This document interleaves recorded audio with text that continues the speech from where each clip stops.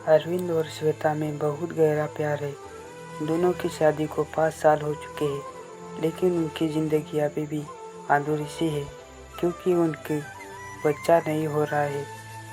फिर भी उन्हें विश्वास है कि इस साल उन्हें बच्चा हो जाएगा। दोनों के बीच इतना प्यार है कि ये एक दूसरे के बिना बिल्कुल नहीं रह सकते। बच्चा ना होने की वजह से अरविंद के माँ बाप श्वेता को कभी कभी ताने मार देते हैं और श्वेता भी सुन लेती है क्योंकि उसे यकीन है कि उसे बच्चा ज़रूर होगा। यही समय बीतता चला गया और एक दिन जब अरविंद ऑफिस से घर आ रहा था तो उन्हें श्वेता को बाजार किसी दूसरे मर्द के साथ देखा। श्वेता और वो व्यक्ति बहुत खुश लग रहे थे और ऐसा लग रहा था कि वो दोनों एक दूसरे को काफ़ी वक्त से जानते हो। अरविंद घर आ गया और थोड़ी देर बाद श्वेता भी आ गई। श्वेता के आते ही अरविंद ने उससे पूछा, श्वेता कहाँ गई थी? श्वेता ने हंसते हुए कहा, मैं बाजार गई थी, घर का कुछ सामान लाना था। ये सुनकर अरविंद को थोड़ा गुस्सा आ गया, लेकिन उसने श्वेता को कुछ नहीं कहा। उसके बाद अरविंद ने तो श्वेता को कई बार वही आदमी के साथ अलग अलग जगहों पर देखा और एक दिन अरविंद ने देखा कि वो आदमी श्वेता को घर तक छोड़ने आ रहा था। श्वेता उसके साथ बहुत खुश लग रही थी। उस व्यक्ति ने श्वेता को घर के बाहर छोड़ा और फिर चला गया। अरविंद का दिल बहुत दुख रहता था, लेकिन श्वेता को खो देने से डर से उसने उसे कुछ नहीं बोला। एक दिन अरविंद घर पर बैठा था कि तभी श्वेता का मोबाइल फ़ोन बजा। श्वेता बाथरूम में थी, इसलिए अरविंद ने फ़ोन उठा लिया। फ़ोन उठाते ही दूसरी तरफ से आवाज़ आई, हेलो अरविंद, मैं थोड़ी देर घर आ रहा हूँ, कुछ ज़रूरी बात करनी है।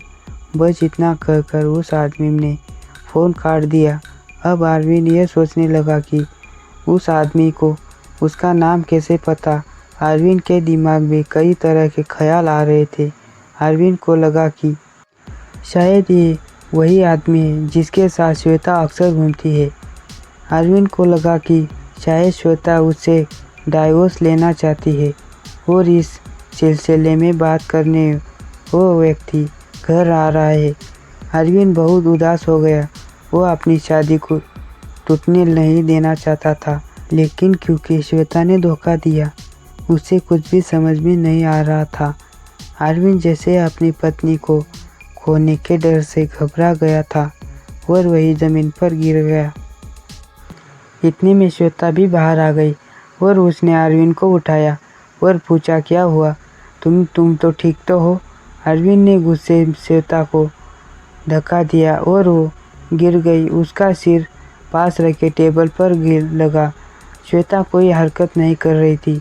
कांपते हुए हाथों से अरविंद ने श्वेता को अपनी बाहों में उठाया और देखा कि उसके सर पर बहुत गहरी चोट लगी है, जिसकी वजह से श्वेता बेहोश हो गई है। तभी अरविंद की नज़र श्वेता हाथों में पकड़ते हुए एक नेवलेप पर गई। उसने नेवलेप खोला तो उसमें लिखा था, मैं तुम्हें कई दिनों से बताना चाहती थी, लेकिन सोचा कि तुम्हें सरप्राइज़ दूँ।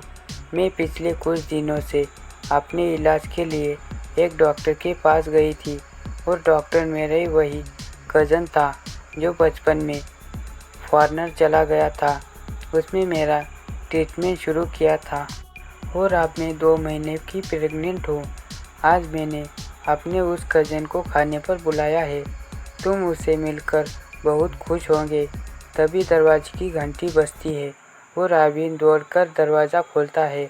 दरवाजे पर श्वेता का वही कज़न खड़ा था और वो कहता है, अरविंद, मैं नीरज हूँ, श्वेता का भाई, कैसे हो तुम?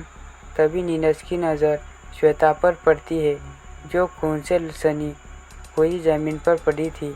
नीरज फौरन श्वेता को अस्पताल ले जाते हैं और वह श्वेता कोमा में चली जाती है।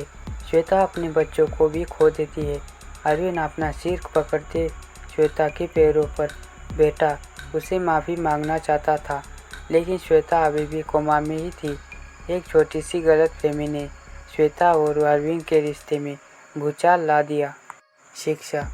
दोस्तों, ये कहानी हमें बहुत बड़ी सीख देती है। गहरे रिश्तों में किसी भी नतीजे पर पहुंचने से पहले अपने पार्टनर से बात जरूर करनी चाहिए। खामियां हम सब में होती है, लेकिन अपने पार्टनर पर इल्ज़ाम लगाने से पहले अच्छे से जांच ले और सबसे ज़रूरी उसे खुलकर बात करें। आप जो देखते हैं या सुनते हैं वो ज़रूरी नहीं कि सच हो। तो दोस्तों, ये थी हमारी आज की कहानी। उम्मीद करते हैं आपको पसंद आई होगी। आपका क्या कहना है इस कहानी के बारे में? कमेंट करके ज़रूर बताएं। वीडियो को लाइक करके चैनल को सब्सक्राइब कर लीजिए। साथ में घंटी को दबाकर ऑल पर सेट कर लीजिए ताकि आने वाली वीडियो आपको तुरंत मिले। मुझे दीजिए अगले वीडियो तक इजाज़त। तब तक के लिए धन्यवाद।